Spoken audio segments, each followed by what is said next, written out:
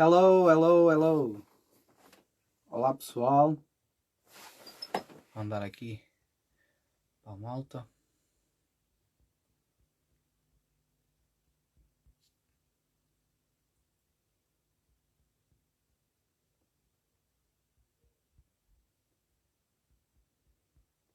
Olá, olá. Bem-vindos. Welcome, everyone.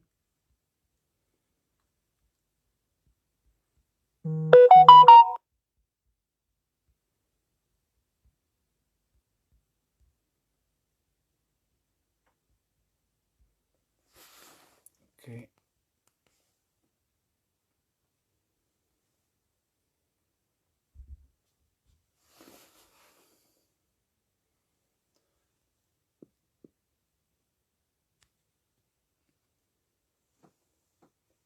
Hello, hello. Hello, hello, everyone. Olá, olá, pessoal. Manela Abreu, mano, como é? Estás bem? Temos aqui uma grande entrevista hoje. Aqui só mandar ao Morris. Ok.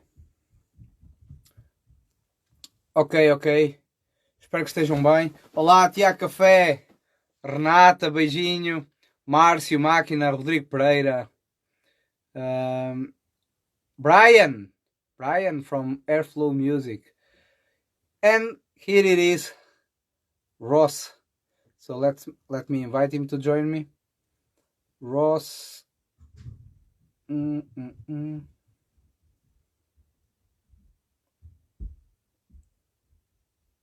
Ross is not here anymore. Hi, Brian.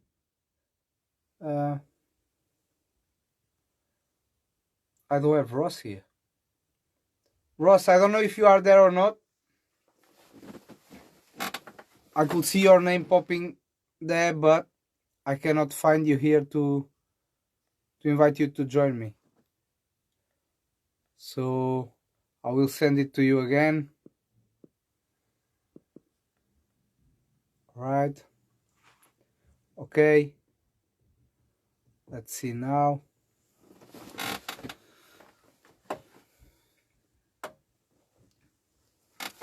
We're gonna have one of the best players alive, in my opinion. He played with Stevie Wonder already, Sean Paul, Usher. I don't know, so many great artists.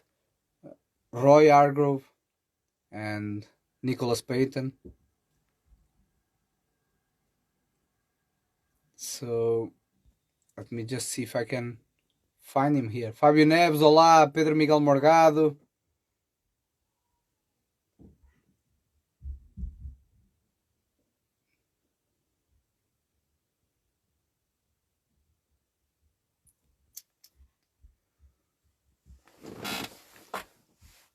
I'm trying to invite Ross. He was there watching. I cannot see him here now to invite him. I don't know if something happened or if he's changing because he was on the tablet. We tried to connect before and we did. Okay.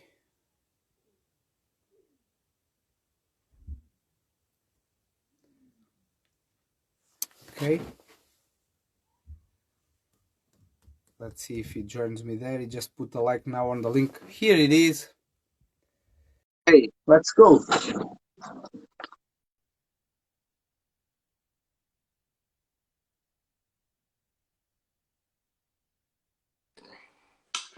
Hello, man. Hey, what's up?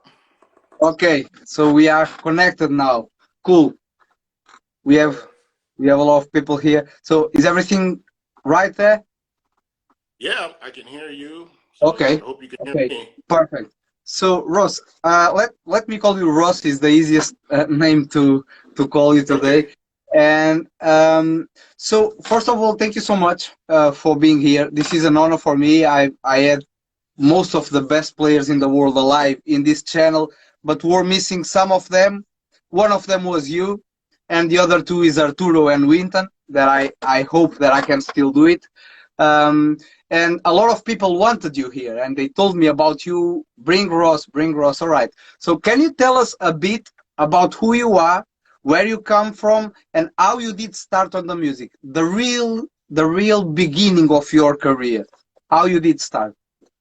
Well, the beginning of my career started at, I guess, the age of 8 in, in public school music system.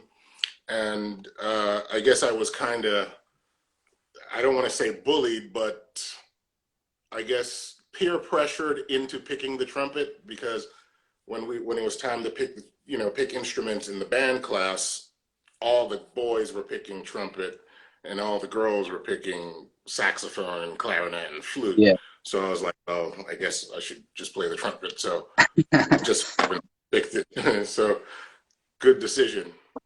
But yeah, I mean, I grew up in the Virgin Islands, the U.S. Virgin Islands, on the island of St. Thomas. Awesome. And I mean, I started at 8, and pretty soon thereafter, I started working, maybe around the age of 13 or 14, I started working professionally with bands around the island. So I come from a real blue-collared musician background. Awesome. Okay. So before I was, before I was taught to play the trumpet correctly, I was working. So, it was kind of like, here's the music. At that point, it was a cassette, learn the music, and then come to the gig. So that's Right. pretty much that pretty much sums up my entire career. Like, Yes, I the never beginning. really learned, you know, All right. I Did, never did really you have played did the you have trumpet correctly. musicians? Oh, sorry, Ross. Did you have musicians in your family or not? I'm the first one that I know of. Yeah, there was no Okay. one, before me that was mentoring me in music or anything like that. I just picked it and I took a liking to it, and that was it. And thanks Yeah. God that you did that, because Oh man. that's Yeah. amazing. That's amazing.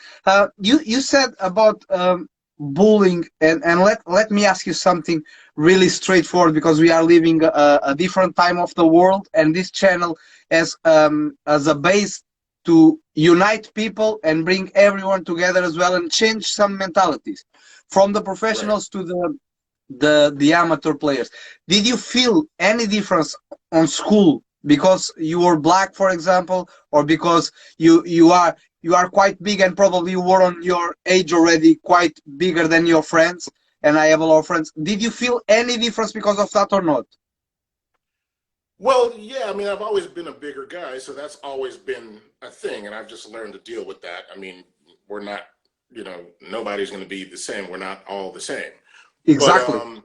as far as, racial things, I never experienced racism until I moved away to go to college, Okay. because in the Virgin Islands, it's purely, mostly African descent, Yeah, yeah, Afro-Caribbeans. yeah. Well, So I grew up, America is yeah, all like exactly. that anyway. So, So but it was purely African Caribbean descent. So I grew up like all my classmates were black. I mean, like, the French, the French people in the islands were like sort of the minority, so it was completely reversed in the Virgin Islands. So I really didn't feel. experience anything racial until I moved away and I went to Boston for college. So, that was kind of like a rude awakening.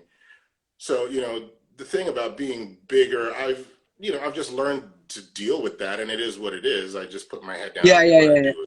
Some It is some what it people some people is. go bullied just because of that as well, because they are big. And I Oh, realized you were, because you. absolutely, yeah.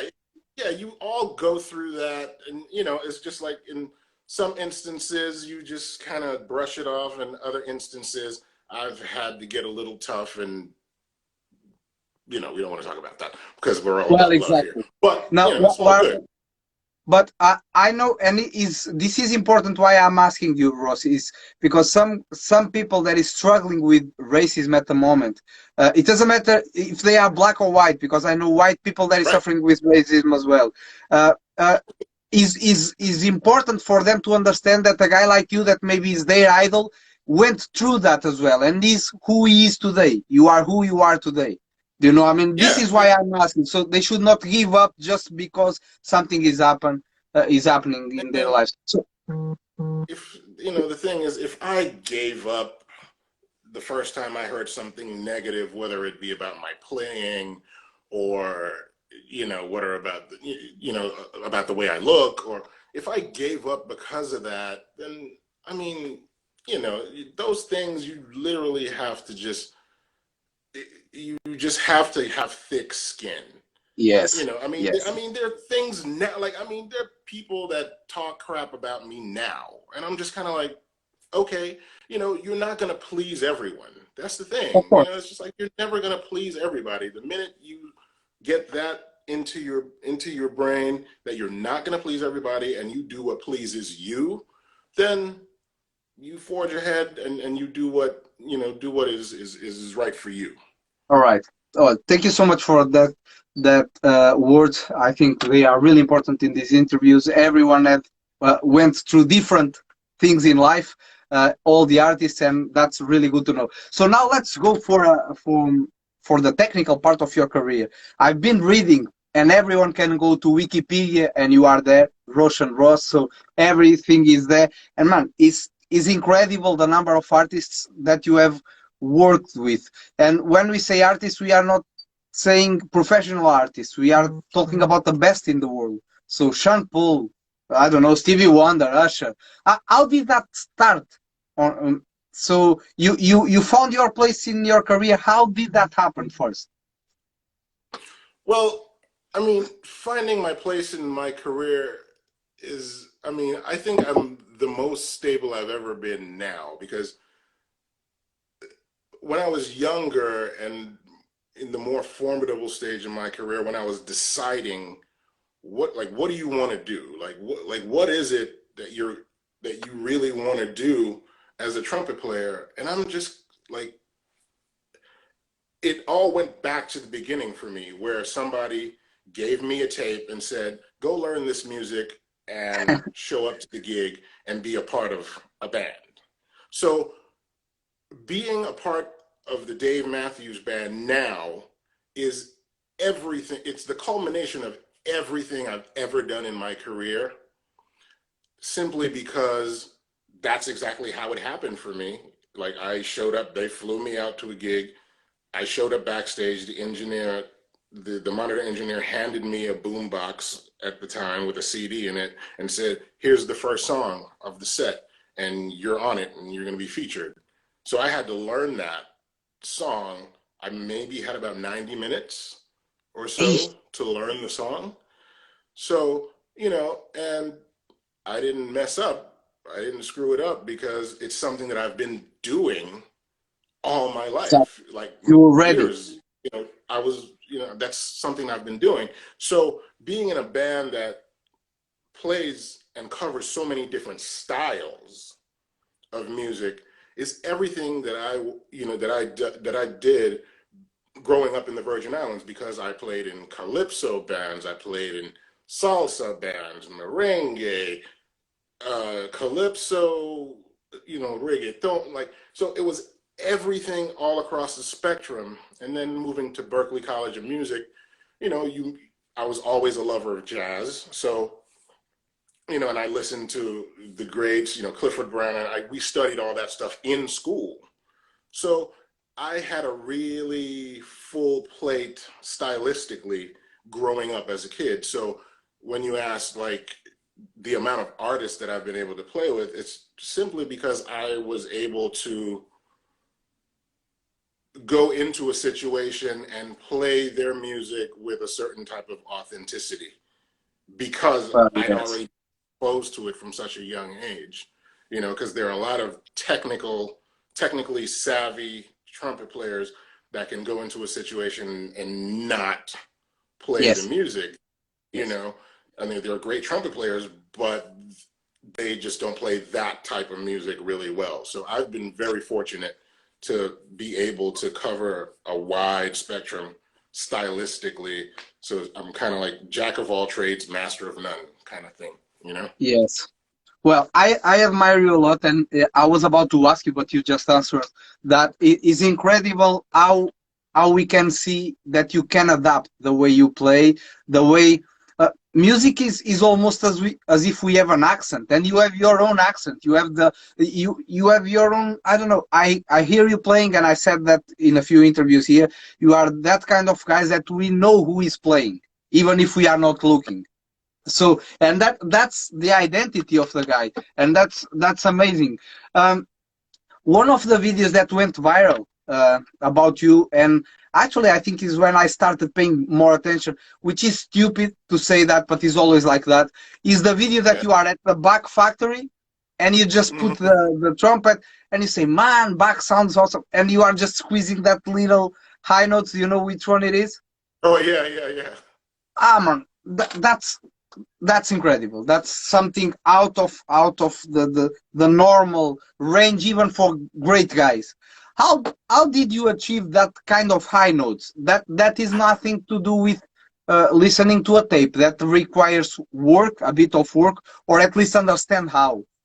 How did you You get know, there?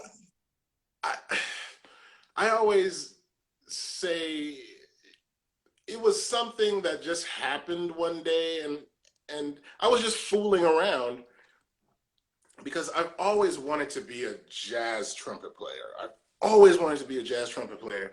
And I think I was probably in maybe my senior year at Berkeley or something. And, you know, at that point, it was like, okay, it's my senior year. What am I going to do with my life? I know I want to move to New York City, but, you know, what am I going to do? Like, you know, there's so many great trumpet players. All of them are fighting over these jazz gigs in New York. Like, how do I separate myself from that? And it was at that point, I was like, you just can't be a musical snob. Just like play the music, like just take the gigs. Whatever gigs come your way, just don't say, well, I only want to play this type of music, so I'm not Yeah. going to do that. You know, and it was just like at that point, I started saying to myself, well, you've done this all your life. Like, why be picky now? You know, so I think I was maybe in a rehearsal, and I think it was maybe a show for like the music of Sly and the Family Stone, I think it was. And at the end of one of the songs, because I'd been playing around in the practice room, and I squeaked out one of those really high notes. And after that, I started getting a lot of uh, at that point in college, we didn't, you know, wasn't a lot of email going around, but, you know, I would get notes in my mailbox Yes.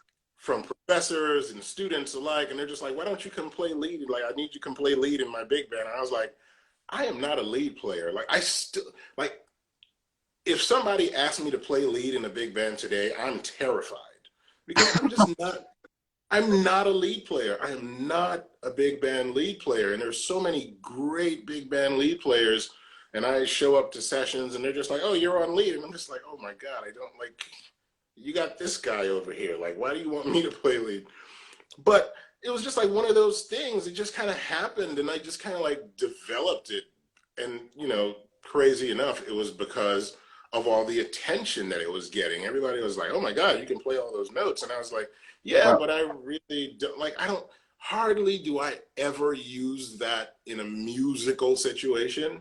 But everybody seemed so enamored by it. And then I started looking up all these cats that did it, you know, Cat Anderson and well, yes. Bud Brisbois. Yeah, Bud Brisbois. And, you know, there's so many guys that do it. Lynn Nicholson, like it's just so many people. Steve Reed, and I'm just like, as I stop, I'm just like more guys pop into my head, you know. But they're just guys that are just great at that, and you know, it was just something that I just did as a whatever, and you know, Yes. it's not But that's me. but for example, you said you talked about Lin now. Lin is one of the guys that we see every time playing high, and he plays high. He is brilliant on what he does. But for my for the The way I like to play, for example, if I have to follow someone, I want it to be like you for a reason. Usually the lead players, they lose the rest. So they are really good up there, and then the sound is a bit squeezy or is a bit nasal because they are always. And you are the guy that you squeeze that notes as you did with the Bach, totally effortlessly. That's what makes me pissed. When I saw that video, I wanted to throw my trumpet to the floor because you just placed Yeah. it here and it peak, peak, that's it, and it comes. But when you play the rest of the range, you can still sound, for example, as Dr. Jess McGuire, for example, another great player. That you keep Oh at the man. same power, the same sound. So you, wow, what? How do you practice? How do you keep yourself in a tour? Because touring as you do that's the most difficult job in the world, I think, for musicians. How do you keep yourself in shape? I just want to say shout out to Dr. Jesse McGuire. I am a huge fan of Dr. Jesse McGuire. Like I just the most soulful, like he's just like Yes. amazing, soulful lead trumpet, could play jazz, like everything. I love him. Um, but to answer the question, the thing is I don't do a lot of practicing, especially on the road. Okay. Like on the road, simply because Dave Matthews Band, we play almost 3 hour shows. Like our shows are long. So I don't want to like tire myself out. And then again, I don't know what we play a different set list every night. So I never know what's going to get thrown at me. So I really try to I warm up. If we do a sound check or a rehearsal that day, I'll do that. And then that's it. Or I'll just warm up and make sure I'm warm before we go on stage. But in terms of like trying to keep a routine every day that's, strenuous, like I think that gig being in the Dave Matthews Band pretty much keeps my chops In place. in Yeah. tip-top form because, and I'll explain why. I always tell people like I have blue-collared construction worker trumpet chops. It's kind of like the guy that works construction and he never goes to the gym, but he's Yes, strong as hell, but he exactly. never really works out. He just goes to work every day. That's true. And that's kind of what Dave Matthews Band is for my chops. So like when I get off the road, like I'm good to go. Like if I need to go sit in a studio session and play when I get off the road, my chops are in tip-top shape. The only thing I have to adjust is mentally, Okay. because when you're playing live and you're fighting through drums and it's just like projection and, I mean, although I have in-ears, it's just a different way of playing. Whereas playing in a studio situation is way more controlled and you have to blend with other people. So, sometimes the first session I'd come back and they're just like, all right, you're playing too loud. Yeah. you know. So it's just a mental adjustment at that point. But, like right now, I mean, my practice routine is I do a lot of the Bill Okay. Adam stuff. Um, and I've just been taking lots of things from different people. Like, I mean, Jerry Hay and Gary Grant and Charlie Davis, all those guys have always been heroes of mine. So their thing is at the core of what I do, which is the Bill Adam stuff. I'm also a huge fan of the Claude Gordon stuff. Yes. And I just took a lesson. I know he wouldn't call it a lesson, but there's this guy, amazing trumpet player. His name is Jason Levi. And All I think right. he runs the trumpeters trumpeting Group group on on Facebook. Facebook. Yes, Yes. he's the guy. That's his group. So I took a lesson from him maybe a couple weeks ago, and he went to University of North Texas, and he was showing me all this stuff that Jay Saunders, taught them at North Texas, and I've been getting into a lot of that stuff lately, and I've been really working on articulation, and Morris Northcutt is the Yes. one that kind of broke through the articulation thing for me. When he was Let's telling talk me about instead of Morris. Let's talk about yes, Morris a bit. that Can guy I ask you? is Morris is one of the guys that I love more, and I keep saying this. Man, he's incredible. I did an interview with him here, but he's one of my idols, my heroes, and it's sad that in Europe not everyone knows him yet because he's one of the best guys around in his style. What do you think about exactly the clarity of the articulations, the way he sings with the trumpet in it? It's, ugh, wow. Wow. So uh, I tell me a bit about what you learned from him or what you did share with him. everything about the way he plays. If I were to choose one person right now, like if I were to choose the abilities of one person to play like right now, it would be Morris. Yes. Simply because he just has such control and command of the instrument, and he is the epitome of what one should be able to do through an instrument. Yes. Like, I think his sound is the closest to the human voice Exactly. Yes. that I've heard on a trumpet. I've never heard Harry James live. Obviously, you know, there's Harry James, and that's a huge influence of Morris. But I have not heard anyone that sings on the trumpet the way Morris does. No. No. And that to me is the most amazing thing, because you can have mediocre trombone players sound really good because the trombone is the closest instrument to the human voice, I Yes. think, closest horn. So you can have a mediocre trombone player sound really good, but it's hard to do that on trumpet because we're just a higher voice. But when I hear him, I'm just like, man, like you have that quality that I Yes. just absolutely love. And he just does it for me. Every time I hear him play something, he just plays little 50-second excerpts on Instagram, and I'm just like, that Yes. makes me that makes me want to throw my trumpet away. Exactly. Because And like, God, I don't know if I'll ever get to that. uh, So you do sound like him as well, but as you said, different jobs, and you play a lot live with microphones, and I do as well. Not, of course, not as you. I wish, but I know how hard it is to keep that, and I will ask you this, to keep yourself controlled because of the right. in-ears, the microphone, as you were saying. And I want to ask you about that. Do you feel, for example, after a long tour, when you are on the road, because this happened to me before, and I had to, and it's so good that you are saying something, just a point here, that you said, I've learned from someone. I had a lesson with someone, because people sometimes is not humble enough to learn from someone. And this is why it's so important to see guys like you, which are the top of the world, even still learning from someone. So I, that's awesome. I don't know if I'm You at the top of the world, but I just you have are. no shame. You are. I have no shame when it comes to asking for help. And it's Exactly. just like, if there's something that I think that I could learn from someone, I'm just like, hey. And the reason why I called up Jason was because I heard him live, and I was just like, that guy's sound is the same from the bottom of the horn to the extreme high register of the horn.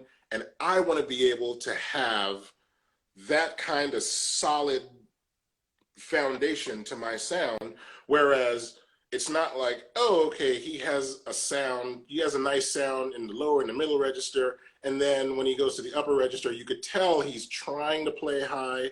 It's just like, there are very few guys that just have that sound. Dr. Jesse McGuire is another one of those guys. It's the It is. same sound from the bottom of the horn to the top of the horn. It's just like that kind of thing. It's very rare to me, Yes.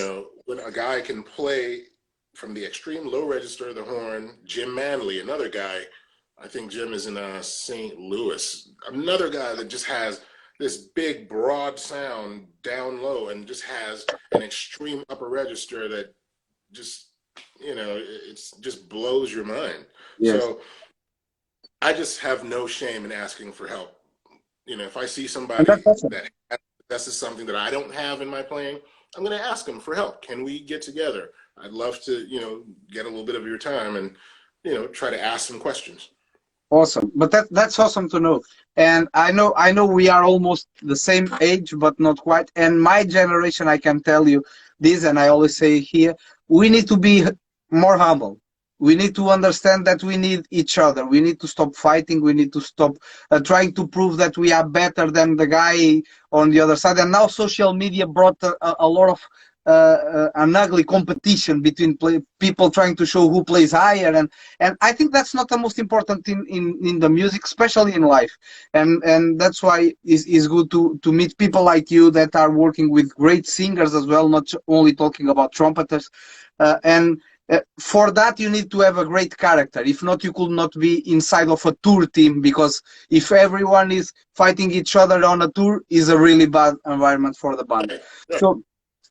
So I want to ask you something really, really quick, Ross, that happened to me, which is when we play a lot mic and within ears, we tend to start playing louder, and louder can, in a period of time, damage our sound. Our sound can start being a bit trash, a bit too open. How do you control that?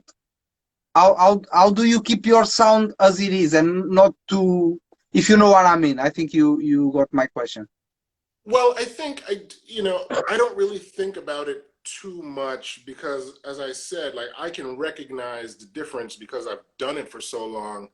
I Exactly. can recognize the difference, and I know when I'm on the road and you're playing to 14, 15,000 people, and it's just like you want to, like you feel like you have to fill up that space, and the truth is you can't sonically where the Yes. trumpet is sitting, you know, with a lead vocalist, with lead guitars, with drums in an arena or an outdoor amphitheater, with amplified instruments, you're not going to win that battle. But it's human to try. So we're always going to try to do Yes, that. So exactly. it's just, Especially trumpeters. it takes, yeah, it just really takes, and the good thing is, like, I stand next to a really great saxophonist, and I realize, like, he can push a little bit, but he's not distorting. And I get to stand next to him and take out one of my ears and acoustically hear, you know, okay, I could tell he's pushing, but he's not distorting his sound so much that it's just, and like, on the trumpet, I don't know what it is about trumpet players, but it's just like some of us just don't have that control. At least No. I didn't for a long time. I didn't have that self-control. I just wanted to get everything I could out of the instrument. And of course, that would lead to bottoming out and just ugly notes. And, now I'm a lot better at not letting the moment or the excitement get to me too That's where I much. wanted to go. Okay. Okay. So now you control Yeah, yourself emotionally to have a better yes, playing. Okay. yeah, So yeah. Because I kind of, and the thing that kind of, I kind of, I studied to allow myself to do that is jazz gigs, not yes. playing them, but going to them and listening to trumpet players in small rooms that have to project over a drummer that's a Yes. drummer that's bashing and or play over a big band, and they're playing and the backgrounds are going on, so there are things that are constantly drowning you out, but you have to realize that, like, you have to stay within yourself and deliver what you're trying to say without having everything else around you disrupt that, because you have a job to do, and I lost sight of that. Okay. So I need to. that's the thing. Listening to like guys like Sean Jones, like I would, check out a Sean Jones quartet gig, and his Okay. drummer would be killing the drums, but Sean would stay right in this pocket where he could execute everything that he wanted to on the instrument, and his job was done in a precise manner. And I was just Yes. like, that's what you need to do. And that's what you need to remember. You can't let your message get distorted by everything else that's going on around you. Because if you get distracted, game over. Yes, yes. And that's a lot of the problem. I think people complains a lot in the beginning of the careers, even good professionals. I see people, and it happened to you for sure, and it happens to me, is people complains about endurance. How do you keep the, it's because of all this distraction, and we trying to play too loud and trying to, we start getting all over the place, and of course the lip will get tired as well, much quicker. If you control yourself mentally, and that's why I wanted to ask you, because I see the way you play, and I saw a few of your videos all over the place on YouTube, and that's the control that keeps you for sure in a gig of 3 hours, because playing 3 hours as you play, and was someone here saying that in Portugal you played 4 hours. Your gig in Portugal Yeah. with the Matthews Band was 4 hours. Um, Yeah. Let me just read a comment here, Roshan. João Teixeira Coca, João Coca, is here, is probably the most similar guy to you that we have in Portugal. He's a great friend of mine, great trumpet player as well, old school, and he has your style, your kind of thing, and he's saying you are the best. So he's saying Oh you are the man, best. Okay, I so appreciate that's good. that. Okay, oh, can I ask you if you, I know you played with Roy Hargrove, which we lost sadly, and one of my favorite songs ever is Strasbourg Saint Denis. I think everyone loves that track. I play it almost every day. I was to play Right. with Roy and with Payton.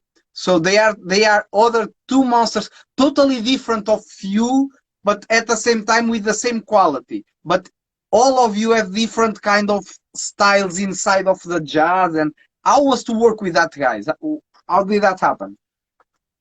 Well, I mean, I think the first time I performed with them, I was in college. I think it was maybe my sophomore year in college, and we did a big band concert, and they were the two guests. And then we Wow. had a trumpet summit. So they had literally both of them won Grammys the very night before.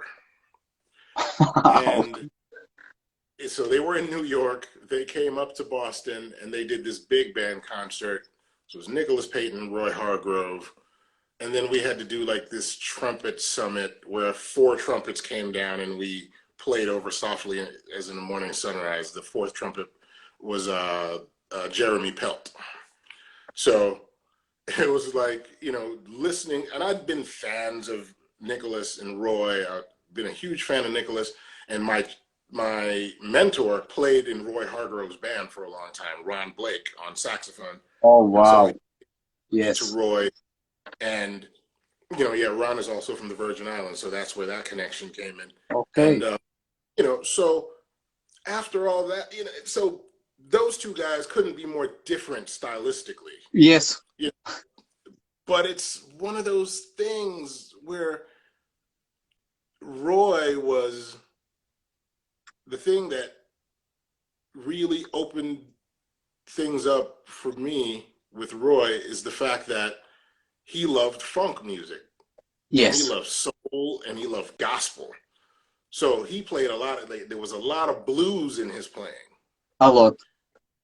So that was to me like, growing up, was, man, this guy is like he's playing soulful stuff on the trumpet. So Yes. Roy was just stylistically on another planet. Nicholas just Yes. had such a thing of his own, the big sound from New Orleans, and you know, and then it was just mind blowing to play with those guys, and then to work with them later and see the progression was really just a thing of beauty, man. Because it's just we never stay in the same place as an artist. So to watch them from, when was that? Maybe the mid 90s, mid to late 90s, when that happened, to doing other things with them later. And, I actually had Nicholas Payton come out as a guest with us with Dave Matthews Band for, I think, 3 or 4 gigs. So, you know, we always do things like that because it inspires us. And it's Yeah. a blessing to be a part of a band that is so open to having other people come into our situation and providing a platform for them to do what they do. So Yes. there was Nicholas, you know, we had people like Branford Marsalis, and, you know, and just when, like, we were in Washington, D.C., and we went to Blues Alley, and Roy Hargrove was playing. And after the gig that night, I went up to him and I was like, yo, man. And he's like, man, it's been so long. How you been doing? So we talked for a while. And I asked him, I was like, hey, would you be interested in coming and being a guest? You know, a guest soloist with Dave Matthews Band. He was like, man, just call me anytime. That's awesome. That's awesome. And as soon as I was getting ready to call him, he got sick. Yes. And he got sick. So 2018, and that was 2018, he got sick. And then that year, and, you know, we had to go out on the tour. So I didn't get it, you know, I didn't get him to come. And then he passed away on our Yes. drummer's birthday, no less. So, you know, it was one thing I wish we could have made happen, to have another one of my heroes and a musical hero to all of us in the band to join us on stage. But, you know, such is life. No, no easy, and it was too early. Another one. And I want to ask you something. You said all your interview, and we are almost finishing. So, but let me ask you a last question that is really important. I know you have a lot of things recorded. Anyone can find you on Music Dogs. Oh, sorry, the phone.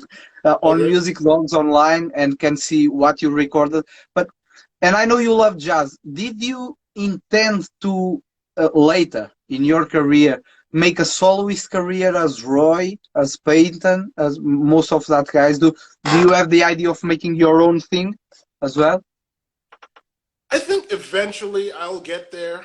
I think eventually I will, you know, but it's just like, I am such a guy that loves to be a part of, Yeah, you know, a puzzle. I'm just like a puzzle guy. Like, I just want yeah. to enhance other people's vision. You know, I like being a part of a band. I like, Okay. you know, co-writing songs. I like, you know, I'm really not like the out front guy. Like, I thought I wanted to be a jazz musician, and I was like, you know what? I don't really want, like, being a leader is hard. You know, you Yes. got to deal with personalities. You got to deal with a lot of personalities, and I'm really an introvert. So, you know, a lot of my job, you know, entails being personable, and it's always, hello, how you doing? You know, you got to greet people, you got to be nice, and it's just like, and that's fine. But when I get home, like, I hardly, like, if I don't have to leave the house, I'm such a homebody. Like, I just don't really, because, like, after I'm done with the road, like, I'm emotionally drained. So when the pandemic hit and they were just like, you have to stay home, I was like, that doesn't Awesome. change my lifestyle. I'm Exactly. fine staying home, no problem. But, you know, I Okay. think, you know, eventually I'll get around to it, because there are things that I'm starting to think about, like, what would a solo project for me look like, sound like, feel like? Because there's such a huge, you know, Awesome. smorgasbord of material that I would love to cover that wouldn't fit on one album. You know, and just that's simply because of the way I grew up. They're like traditional calypso songs that I would love to re-record. And, you know, it's just like, well, okay, that would be nice for, you know, some of the guys. I was talking to some of the guys at home, and they're into it, and I was like, oh, maybe I could do that. And, you know, maybe I could do something else and another type of project. So eventually I think I'll get there, but I just love playing with the guys that I love playing with. You know, it's like, I love being Dave Matthews Band. I love going out and playing, you know, stuff like the Emmys, and being in the house band for the Emmys and the Grammys. Like, stuff like that is really cool, because I get to hang out with guys that I went to college with, that are some of the best players in LA. And, you know, like, it's like that stuff I really like doing that stuff. Yes, yes. I totally understand. You are the guy that likes to hang out with other players and meet people and Yeah. socialize. Yes, I can see that, and I can testify. And I want to say something. A lot of people, because we never know the idea that fans have of the players. You are a really humble guy. When I texted you, you just answered promptly, saying, "I don't have nothing to add probably to the interviews, but if you want to do it, let's do it." And so really cool, and that's why you are here as well. And I want to challenge you and Morris to do one thing. That's the only thing I want to challenge you, and I don't know if you accept or not, but I would love a quarantine video, a COVID video now, while we're still at home in lockdown, whatever. Both of you recording something together. Oh I man. would love. That was mixing both styles. So one playing one thing and another playing another thing. I think that will be my dream. But this is just me. You have someone called Accent saying Rush is the man, and we had someone saying here. So Lindstrom saying hell yes, we need a solo Russian album. Of course we do. Yeah. Of course we do. Yeah. Okay, Russian. Let me just ask you the last message. These interviews finish all the same way to every player. Doesn't matter who you are. Is the message to the young generation about all these things we have spoken during the interview about the bad competitivity, the competition, the how to be a great human being before we be a great player. Because I think that's the most important. What is your Well, message? I absolutely think it's great to be, it definitely pays to be a great human being before you're a great player. And I mean, like, I know what the landscape is. It's just like great human beings, also need to be able to play the parts. Yes, we all need to study, but, we all need to study, we all need to practice, but we also need to, in order to work, you also need to be accessible, and Yes. you also have to be a joy to be around. Like, nobody wants to work, like, I've been on tours and done gigs where, like, nobody wants to be around that person because that person is such a pain in the butt.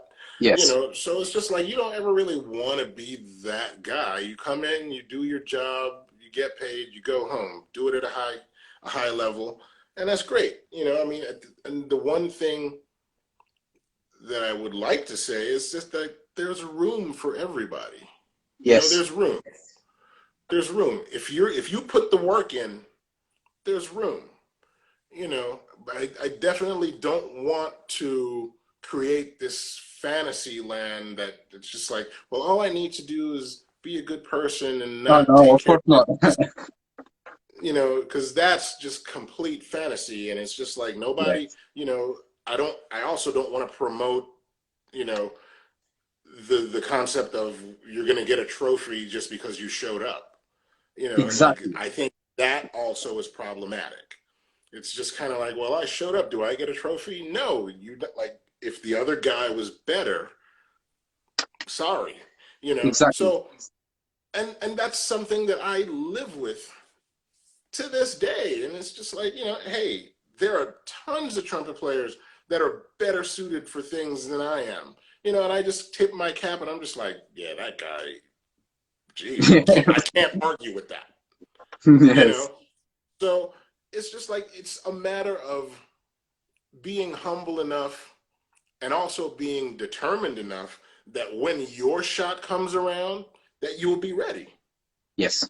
and it's just like, there are things that I know that I'm not going to get called for. Like, I would never get called to play, a movie date playing, legit classical, because that's not really what I do. It's I not mean, your thing. Yes, exactly. it's not my thing, but at the end of the day, like, I could go sit and play a fourth trumpet part and be like, and I know enough about the instrument and I've studied enough, and I can tailor my equipment enough to fit into something like that because I've studied, you know, but there's so many other guys that are better at that than I am. So I can't be mad at Exactly. that. Exactly. And that's great. It's kind of like, the Wayne Bergerons of the world is just like, Wayne doesn't really do that, but he'll get those calls because he's Wayne. And he can sit in the bottom of a legit trumpet Yes. section, and then when they need somebody to launch a high A, he's there to do it. Yes. And who does that? Exactly. And who does that better than him? Like nobody does that better than him. Or Lewis Dowdeswell, or those guys. Like Yes. those guys are just like the cream of the crop. It's just like, so should I be? Why should I be worried about that? Because those guys have put the work in. Exactly. And that's what, and that's the mentality that every young musician should have. Whatever you want to do, you put the work into that and keep going and don't stop. It's just like I took a different road simply because it was just my musical. It's just the road that I took. We can't travel each other's roads. Only you can walk the road that you walk. So me being like the jack of all trades type of guy has served me well. So I can't be mad when somebody gets a call that I wish that I got. And like, I don't sit around saying I wish I gotten that call. Like, I don't do that.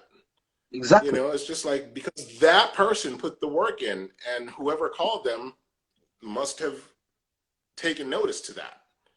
So I don't really sit around doing that, and I implore other people not to do that. If you take care of your craft will take care of you. Simply. Exactly. Exactly. Exactly. Thank you so much, brother. This was an honor for me. This was a big lesson. Oh man. We have Brian here. I forgot to tell you. We have Brian from Airflow Music, the Oh, British American. oh man, that's Great. another. See, that's another guy that's like, Yes, oh and my he was God, here, and I I forgot. can't. So if you record with Morris, please bring Brian in the video as well. Okay. Yeah, Brian can do it, and then Brian can play everything up an octave. That'll be Yes. awesome. Yeah. Great lead player too. Yeah, Wise words. I absolutely. don't know if you are reading the comment. He says wise words, Roshan. Great to hear you talk about this stuff. Thank you, Brian. Thank you so much, Roshan. Yes, I will absolutely. talk with you in private, and to thank you. And I will repost this on YouTube and Facebook later today. Thank you so much. God Okay. bless you, and see you soon. All right. See Thank you. you, man. Bye bye.